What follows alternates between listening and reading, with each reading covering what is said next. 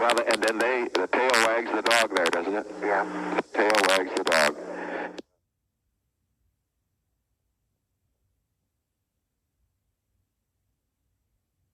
Hey, where do you think you're going? I'm going to D.C.Follies. Sid and Marty Krofft present D.C.Follies. I am the least racist person. I can't even see the audience because it's so dark, but I don't care who's in the audience. I'm the least racist person in this room.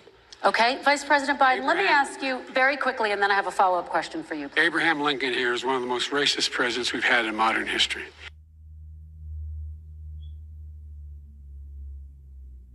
Folks, it's time for some good old racist jokes. Are you ready? Hell yeah, man. I'm always ready for some good jokes. Okay, let me start first then. What is long and black? I think I know the answer for this one, Lamau. Obama, we said we're going to make racist jokes, not the inappropriate ones. Nah, folks, I know what you'll think about, but it's not that. Thing that is long and black is the line at KFC. Ha ha ha, you got us with this one. But what's white on top and black at the bottom? Literally no idea, Donald. It's society, of course. Ha ha, that one was good. But why does the hospital always need the air conditioning on? No idea, Joe. Why? To keep the fruits and vegetables fresh. Ha ha ha ha. Joe, how on earth is this joke racist? Forgive him, Barack. He probably forgot to take his dementia pills again.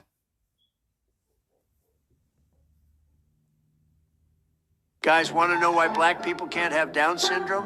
Why? Because God doesn't punish people twice.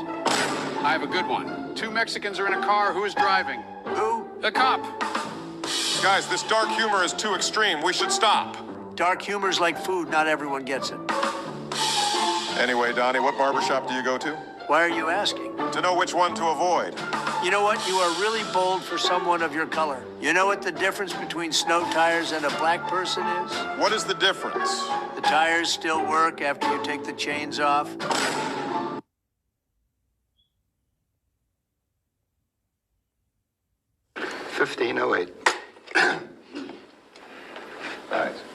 A foreigner, when he comes to this country, is usually always puzzled to find that there is, to some extent, bigotry in regard to the treatment of the Negro.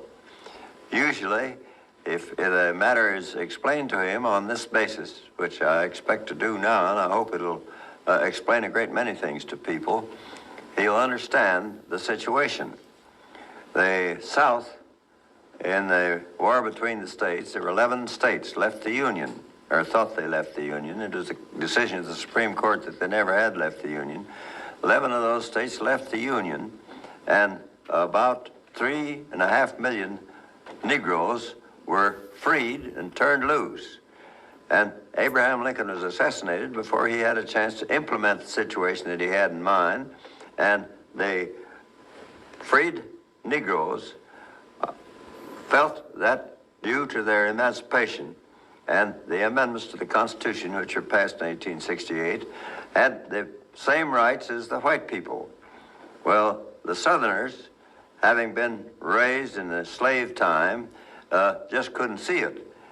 And if the men from the North would have patience and stay out of the situation down south, they're always sticking their noses in someplace where they're not wanted and stirring up trouble. The Southerners are not bigots. They understand the situation. They know that eventually the situation will have to develop, so there is equality among the races. And when that equality comes, you'll find those Southern Negroes who came up here to New York, there's 1 million of them here, and who went to Chicago, and there's 1.5 million of them in Chicago, are now wishing they were back home for the simple reason that they found that they don't get any better treatment from these so-called northern friends of theirs, not half as good treatment as they get down south, because the southerner understands them. And if they'll approach this thing in a level-headed, easy manner, in the long run, the whole thing will work out as it should. The Southerners believe in equality of opportunity. They believe in equality of the political approach to the government of the United States. And they understand that the Constitution provides for just that, and that the civil rights law, which has been passed to implement that, and I got that law through the Congress after about 4 years' fight, and it has now been, to some extent, but not entirely, implemented. There's another civil rights law now in contemplation, and eventually the whole situation will be worked out. But it takes patience and understanding. And the people in New York, Chicago, and Boston particularly can't understand the attitude of the Southerners in this matter. If they'd stayed home and tended their own business, and the niggers who've been invited to go up there and find out that they're not half as well treated as they are down south, then after a while, there won't be any difficulty with it, because I know. I come from a state that's, as I told you, a southern state. Missouri, it was admitted on a compromise to get into the Union. And the situation in Missouri has developed so that there is no objection whatever, as I told you, about riding in a dining car, coming to New York, where a table full of nigger women and nigger men were eating just like the rest of us, where nobody paid any attention to it. And as soon as the people get used to it, and the new generation grows up, we won't have any trouble with the subject. I'm not worried about it at all. Sir, could you tell us about... Running out. Cut.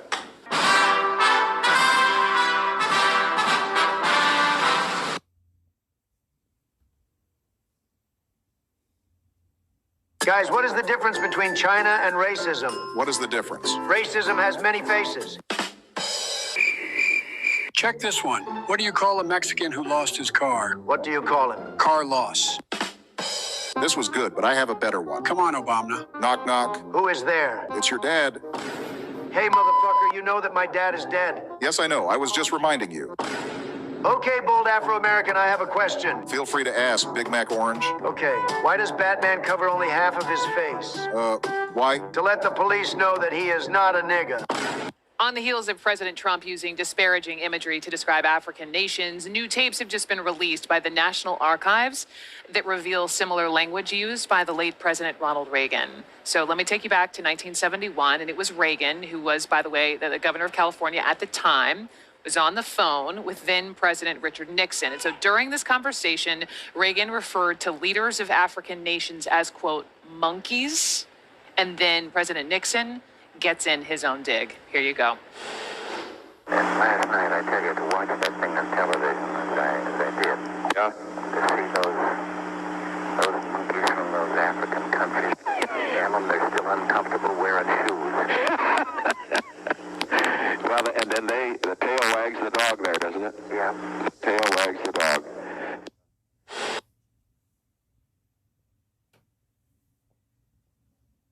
Boys, what's long and black? Donald, enough with the racist jokes. I just asked a simple question, that's it. I have no idea what's black and long. The line at KFC. You think that's funny, you oversized, unfunny orange? That was not a joke, just a simple question. But I am sorry it was a bit rude. How about we play some Would You Rather instead? Sure, sounds fun. Joe, would you rather gain muscles or gain eagers? Gay Nick. Stop! Oh, oopsie. Damn you, Abungus, I almost had him. Anyway, Donald, did you fire your barber yet? No, why the heck should I? Because it should be illegal to have a haircut like yours. Real funny, Mr. African American. You know why you don't see black people at night? Because they're black? How funny and original. No, because prisons don't allow visitors at night.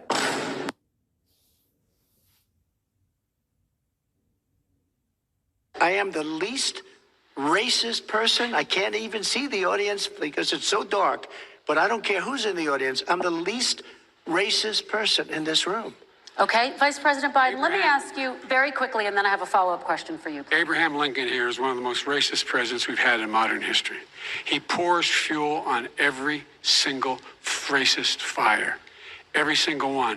He started off his campaign coming down the escalator saying he's going to get rid of those Mexican rapists.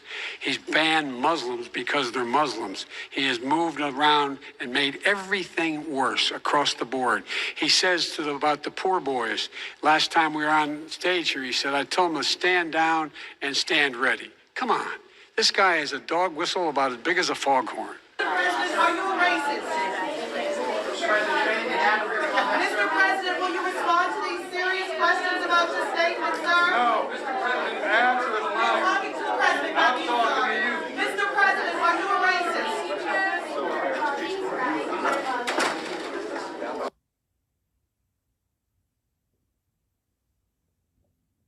You know, Putin mentioned The N-word. You know what the N-word is? No. It's the nuclear word. He mentioned the N-word yesterday, the nuclear word, not supposed to be mentioned.